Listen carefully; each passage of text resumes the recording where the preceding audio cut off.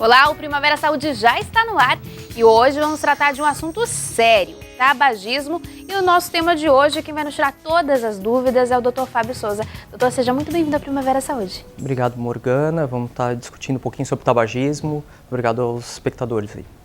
Doutor, para começar esse bate-papo, eu queria que o senhor definisse exatamente o que seria o tabagismo, né? Bom, o tabagismo ele é considerado uma doença, é o ato de fumar e que tem consequências também significativas que a gente vai estar comentando um pouquinho. Mas o simples ato de fumar é considerado tabagismo. É claro que quanto maior a carga, maior vão ser os riscos, né? E a gente tem alguns dados aqui que é bem preocupante, né? Através desses números dá para a gente tirar um pouquinho da noção do risco que as pessoas estão se expondo. Vamos começar com alguns dados aqui da Organização Mundial de Saúde, que ela divulgou que 1 bilhão e 200 milhões de pessoas no mundo são fumantes. E como devemos analisar esses dados diante de tantas campanhas que são contra o tabagismo, a gente vê que as pessoas continuam ainda fumando, né? Isso é incrível porque o tabagismo ele é também já considerado o ato de fumar, mas também é uma doença. Sim. Tem até o CID, o Código Internacional de Doença do próprio tabagismo, e é a doença prevenível que mais causa morte no mundo. No Brasil não é diferente, praticamente em torno de 200 mil ano de mortes, então uma Criciúma por ano, né? O número é assustador, né? E essas consequências, então mesmo a pessoa sabendo então, das consequências, tipo maior risco de infarto, maior risco de câncer de pulmão, de faringe, enfim, e números até de bexiga pode ter também associado, ou desencadear mais asma, ou enfisema pulmonar, então a gente vê muita internação por tabagismo, mesmo sabendo, mesmo com as campanhas, a gente vê que tem um consumo tabágico muito grande. Deste dado que a gente acabou trazendo aqui, de 1 bilhão e 200 milhões, 200 milhões são mulheres. Por que aumentou tanto o número de mulheres, referente ao que no passado já não se via tanto, não era tão comum se ver a mulher fumando, e hoje em dia já se tornou comum, né? Antigamente tinha muita campanha realmente demonstrando que a masculinidade, então, para ser mais masculino, mesmo mais viril, tinha que fumar. Né? Então tinha aquelas campanhas antigas para fumar. E aí depois começou a ser proibitivo essa propaganda. E aí as mulheres começaram a ter uma ascensão mais depois em relação ao tabagismo e ao consumo realmente tabágico. Quais são as principais doenças que as pessoas que fumam acabam se expondo? O principal fator já direto que a gente pode ver é, por exemplo, sintomas de via aérea superior, né? Então rinite pode ser mais comum, né? O prurido nasal, vamos começar pelas coisas mais básicas e a gente vai acrescentando aí no decorrer. Né? Então, sinusite, sinusopatia, quer dizer, secreção purulenta associada também no nariz.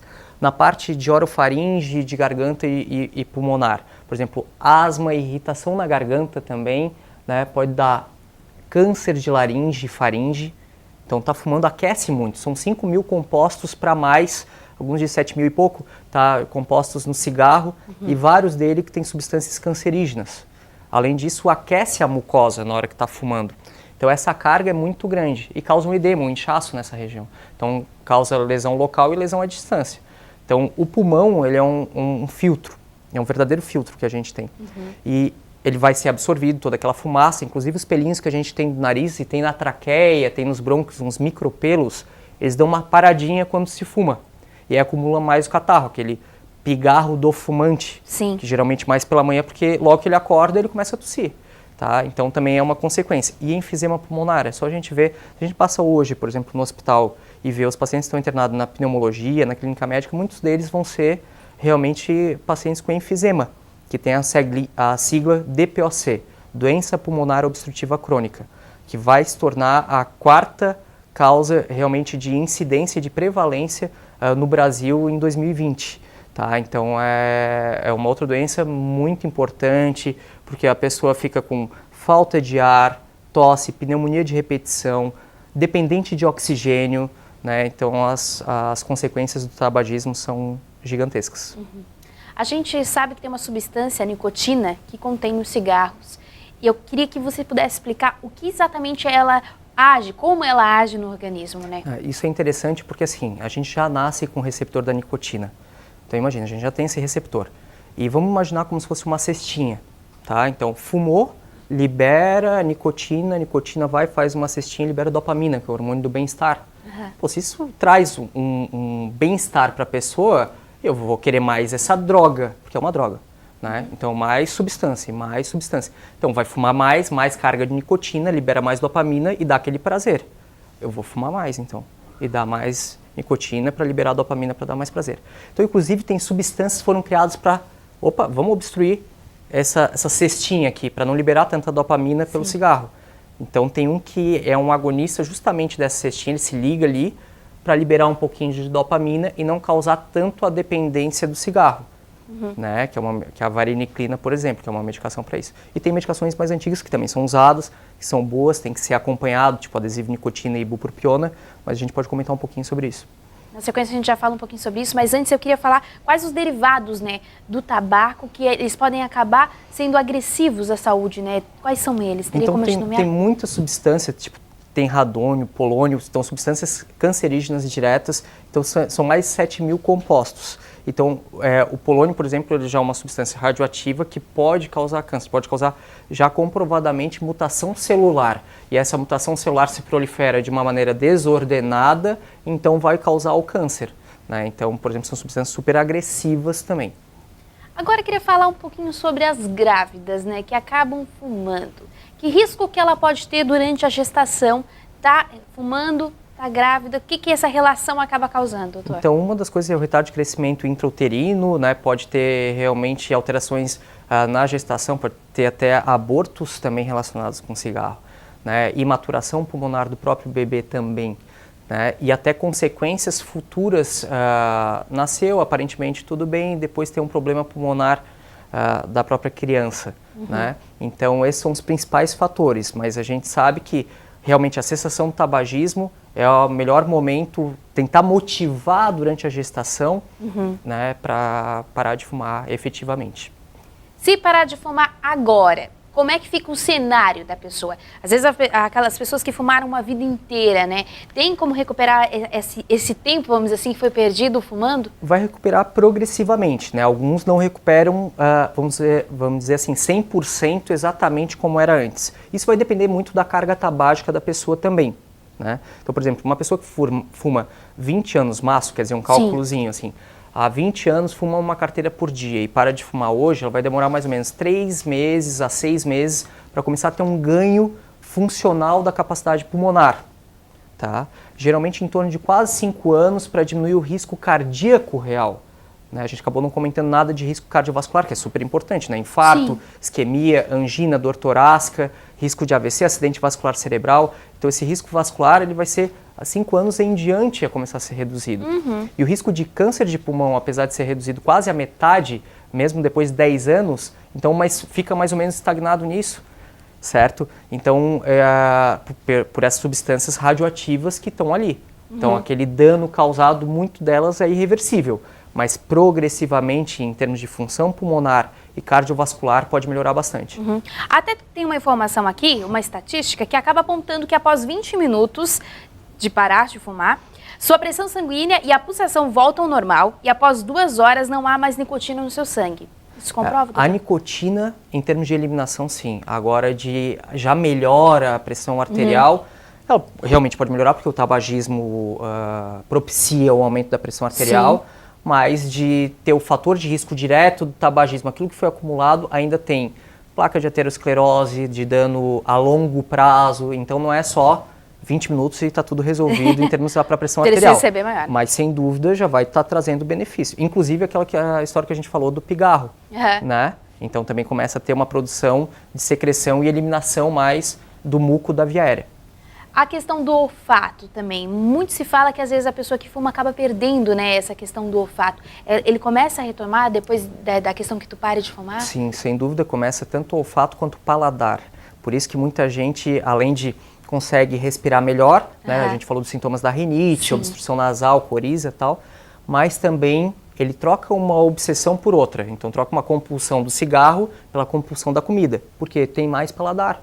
Então as papilas gustativas da língua começam a falar, opa, legal essa comida aqui. Tá? E começa a comer mais, e aí troca também o fator de obsessão que estava colocando ali o cigarro na boca, e agora é alimento. Então um dos cuidados que tem que ter é atividade física, bastante hidratação, bastante líquido, para tentar, vamos dizer assim, mesclar com uma liberação de dopamina também e não ficar gastando na comida e comendo e acabar engordando, que todo mundo fala. É uma Parou de fumar, engorda. Na verdade, é uma maneira de driblar a ansiedade, né? Também. Porque vê, aquele hormôniozinho da jogada, um deles, né? Por exemplo, a dopamina, também pode ser liberado em parte com atividade física também. Tudo bem. A gente já continua falando sobre isso e você não sai daí que a gente só vai para um breve intervalo e volta já já.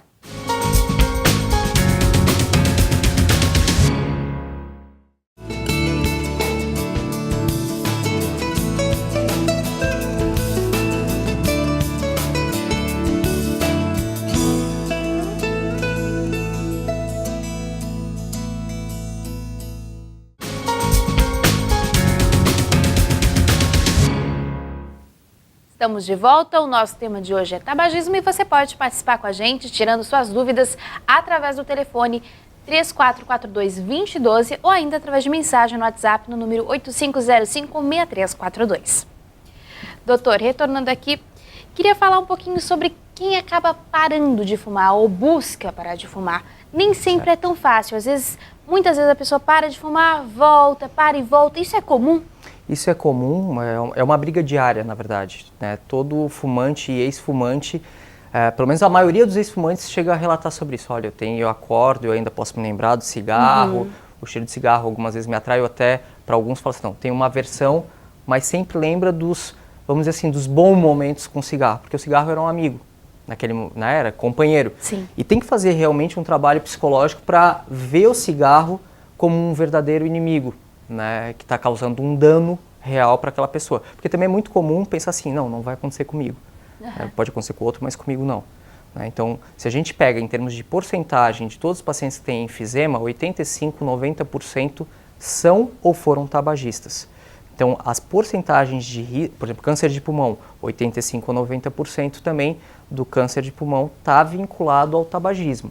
Tem outros fatores de risco bem sabidos, mas esses são porcentagens assustadoras, né? E a pessoa, por exemplo, que procura parar de fumar, muitas vezes ela pode até, a gente estava comentando um pouquinho, fazer alguns exames que podem, a princípio, demonstrar normalidade. Por exemplo, fez o raio-x e está normal, o raio-x do pulmão. É um exame importante, mas muitas vezes vai vir normal. E na espirometria, no exame do sopro, vai vir alterado, por exemplo. Ou é uma pessoa que está secundária ao tabagismo com pressão alta, com angina, com placas de aterosclerose, né, com repercussão cardiovascular. Então, isso também é importante a gente, por exame, tentar estratificar alguns fatores de risco. Tem um questionáriozinho que a gente faz, que é um questionário de Fargenstein, um questionário que, por exemplo, qual que é o cigarro que dá mais prazer, que a pessoa tem mais vontade de fumar?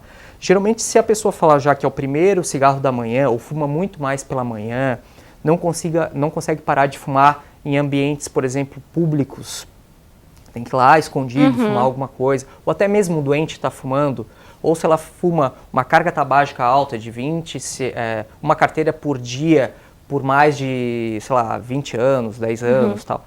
Então, essa pessoa, ela precisa não só de orientação, de conversa, porque isso já ajuda um pouquinho, sem dúvida, né? Mas também de medicação. Então, de todos os fumantes que querem parar, a gente sabe que, em média, se a gente perguntar para todos os fumantes, olha, tu quer parar? Tá? 85, 90% vai falar sim. Então, 10%, 15%, algumas vezes 20% vai falar, não quero, ou não estou preparado ainda para tentar. Mas dessa porcentagem, dos que querem, só 5% conseguem sozinhos. Então, se aquela pessoa, não, mas fulano lá, ele parou de fumar, ele está dentro daqueles 5%, certo? Então, a maioria vai precisar de algum efeito medicamentoso. E aí a gente pode auxiliar também por algumas estratégias de conversa, atividade física, alguma coisa relacionada com alimentação, que pode ter benefício, e medicação. Né? Agora aquele papo assim, não, eu fumo só quando eu quero. Como é que avalia isso? Muito se ouve, mas isso na verdade pouco acontece, né? Algumas vezes até é uma tentativa de desculpa para dizer assim, não, eu consigo parar efetivamente, né? É bem comum pacientes que voltam, por exemplo, no consultório de uma maneira recorrente, parei 2 meses e voltei, paro 2 meses e volto, paro 1 mês e volto, tá? Mas isso está sendo muito intermitente, está causando dano também orgânico de uma maneira geral. Então tem que trabalhar também esse outro lado, não, a gente vai tentar fazer efetivamente que não volte mais a fumar. Então essa terapia medicamentosa pode ajudar e o contato constante, né? Com o médico, não precisa ir semanalmente, mas de tempo em tempo realmente uma revisão com um pneumologista, com um cardiologista, com alguém que esteja apto realmente, com um psiquiatra, algumas vezes vai precisar realmente de uma ajuda psiquiátrica, tá? E a gente fazer e tem as terapias de grupo que são super importantes. Sim. Tá? E funciona legal, tá? Tem alguns vínculos, algumas sedes, a gente sabe que aqui em Criciúma também, tá? Que realmente fazem a terapia de grupo, tá? É fornecido adesivo de nicotina e a bupropiona.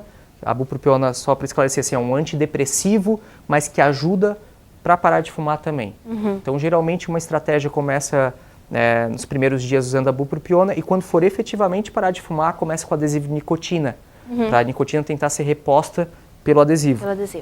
E aí vai fazendo essa estratégia e consegue parar de fumar porque o grupo ajuda e porque a medicação também está ajudando. Apoio de todo lado. Apoio de todo lado. Tem que ter apoio familiar, por exemplo, também. Se todo mundo está fumando em casa, só um está tentando parar, é complicado. Né? É mais difícil para ele, né? Agora eu queria falar um pouquinho sobre... Tem um medo, né, na hora de parar de fumar. Todo fumante acaba relatando isso, que acaba tendo um medo.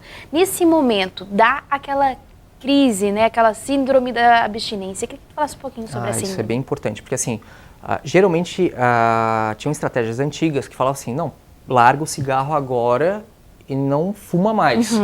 Isso era muito mais comum acontecer a abstinência. Sim. Tá? Então a gente orienta para a maioria dos pacientes que não faça isso, pelo menos não de início. Então a estratégia é reduzir a carga do cigarro, vai reduzindo progressivamente e aí depois marcar uma data para parar de fumar.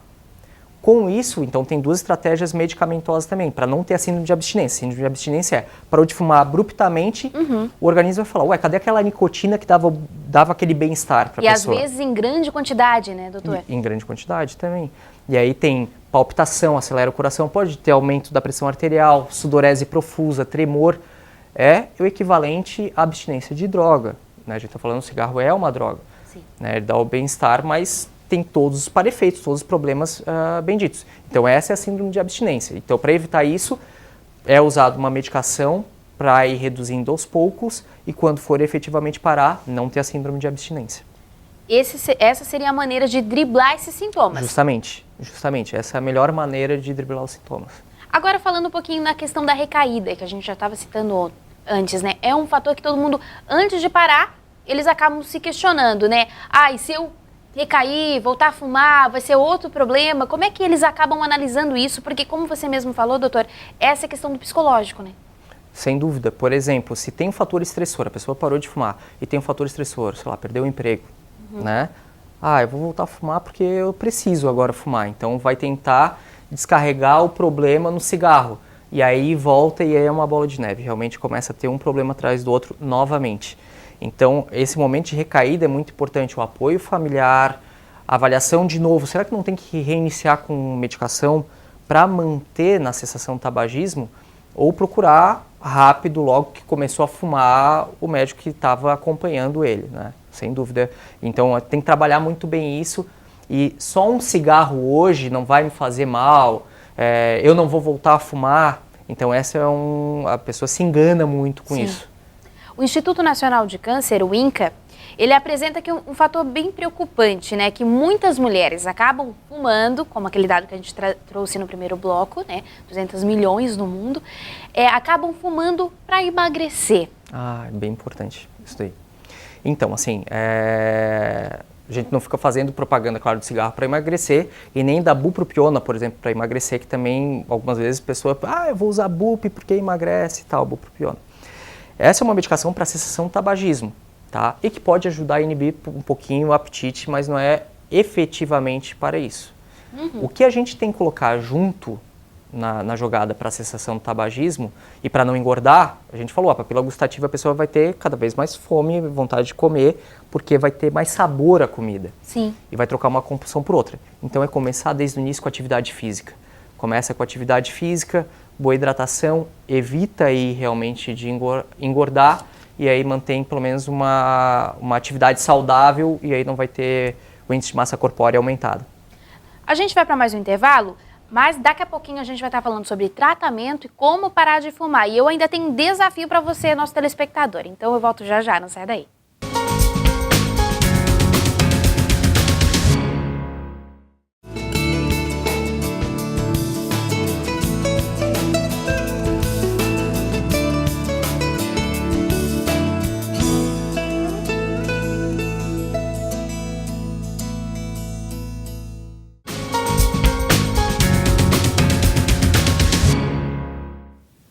Estamos de volta, o tema de hoje é tabagismo e você pode participar com a gente através do telefone 3442-2012 ou ainda através de mensagem no WhatsApp, número 8505-6342.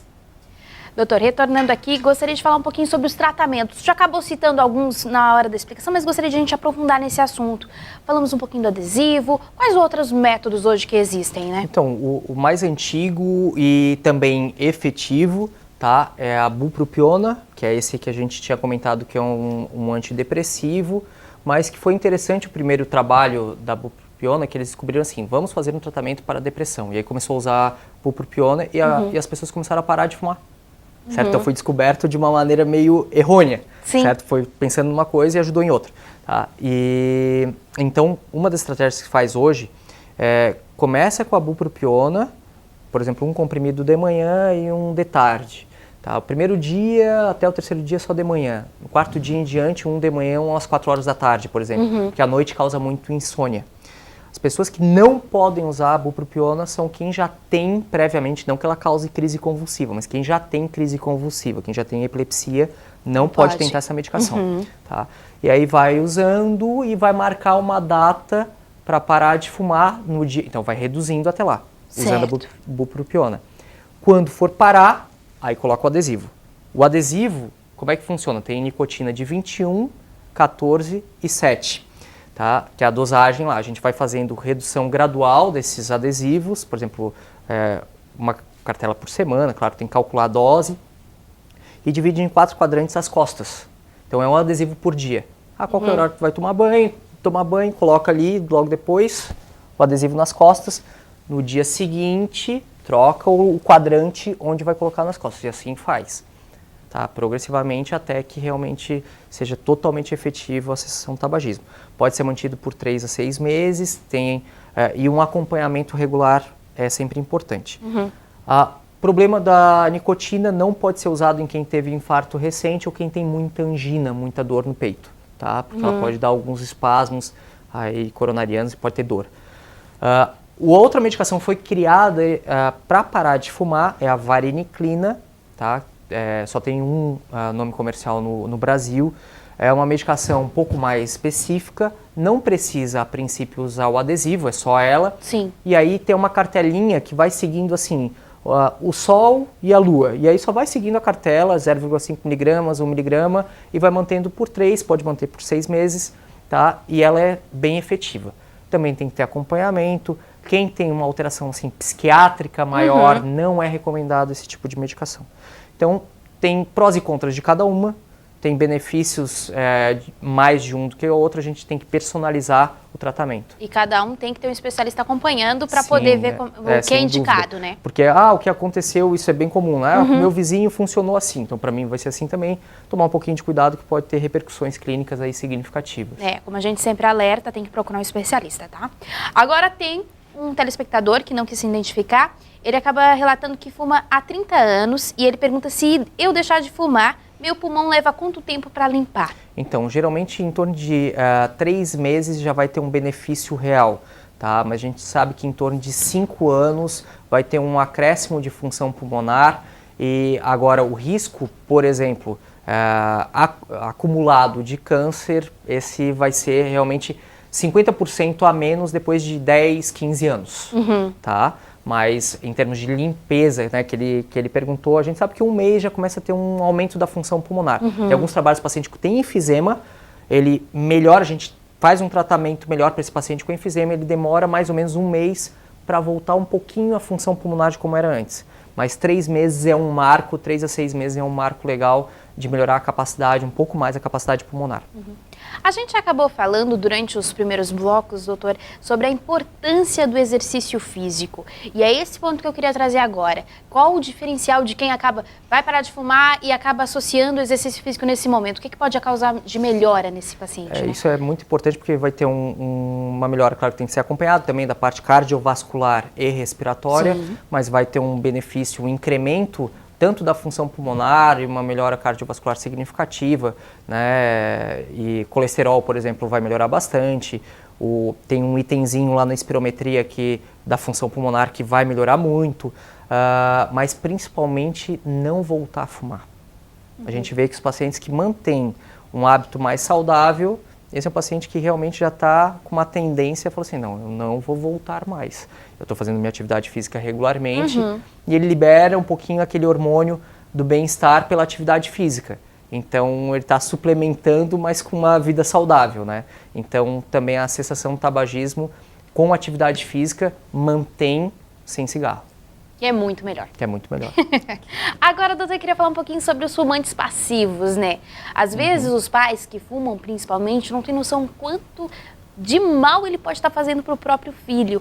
Nesse ponto, eu queria que você explicasse exatamente quem acaba sendo fumante passivo, o que ele pode estar sofrendo, né, futuramente, quem sabe? O fumante passivo, coitado, não tinha nada a ver com a história, tá ali no meio, né? Então, por exemplo, uma criança que está vendo os pais fumando aquilo já é um exemplo para ele, é um exemplo negativo, mas é um exemplo. Então, a pessoa vai pensar, a criança vai pensar, eu tenho que fumar também. Se meus pais fumam, eles não podem dizer que eu não posso fumar, né? Vai querer fumar também. E o problema dos pais estarem fumando perto da criança é realmente de lesão pulmonar. A gente vai ver mais crises de asma, claro, em grande quantidade. A infância inteira e adolescência, idade adulta, por exemplo, alguém sempre fumando do lado. A gente tem pacientes que até já tiveram internado com enfisema por tabagismo passivo. Por fazer uma espirometria, tinha lesão de enfisema, da doença pulmonar obstrutiva crônica. Fui fazer uma tomografia, tinha várias áreas de bolhas no pulmão. Então, o enfisema que o cigarro causa são umas bolhas no pulmão que a gente vê muito melhor até na tomografia do que no raio-x. E a espirometria, o exame de sopro, esse exame de triagem. Mas o grande problema dos tabagistas passivos são sintomas de via aérea inferior e superior. Então, rinite, sinusite de repetição, pode ter pneumonia de repetição, crises de asma, para quem já é asmático prévio ou desencadeia asma, e até se for uma carga muito alta e por um tempo mais prolongado, até mesmo enfisema pulmonar. A gente está chegando na reta final, mas antes de encerrar, eu gosto sempre de... Tem um outro dado e eu acho que ele é bem para chamar a atenção mesmo, principalmente do telespectador que está nos assistindo, sobre o número de mortes que, de certa maneira, o cigarro acaba causando, né? Seja por uma doença ou por outra, mas todas acabam sendo causadas por ele. Que são de 4,9 milhões de mortes anualmente. Isso seria 10 mil mortes por ano, por dia, aliás. Me corrigindo, por dia. É um número muito alto, doutor. O que a gente pode alertar, puxar a orelha mesmo de quem fuma sobre esse assunto, né? A gente tem que atuar de uma maneira preventiva nos não fumantes, porque a gente sabe que a maioria acabam fumando antes dos 19 anos. Então a gente tem que atuar com campanhas de prevenção. Eu acho que esse é o grande fato. E quem fuma já teve algumas restrições, tipo de trabalho que restringe, ou até as propagandas na carteirinha de cigarro, de problemas. Mas quem fuma tem que procurar o especialista, né? Todo mundo tem a consciência dos problemas realmente que o cigarro acaba cometendo. Então é a principal doença prevenível que mais causa morte. Esses dados são alarmantes, são dados estatísticos bem embasados, tá? Com morte mesmo. Então realmente tem que procurar atendimento para poder ter um auxílio futuro. Pensa assim, os meus netos, quero ver crescer, com boa qualidade de vida. Né, não dá 2 passos e começa a ficar ofegante, tendo falta de ar. Para as mulheres, por exemplo, uma coisa que a gente fala bastante, começa a ter ruga mais precoce, tá? Então, são coisas assim básicas, mas a gente tenta ver algum caminho para realmente parar de fumar. A gente tem que sensibilizar, parar de fumar. Essa é a primeira coisa. E uma vez procurando, a gente está para ajudar.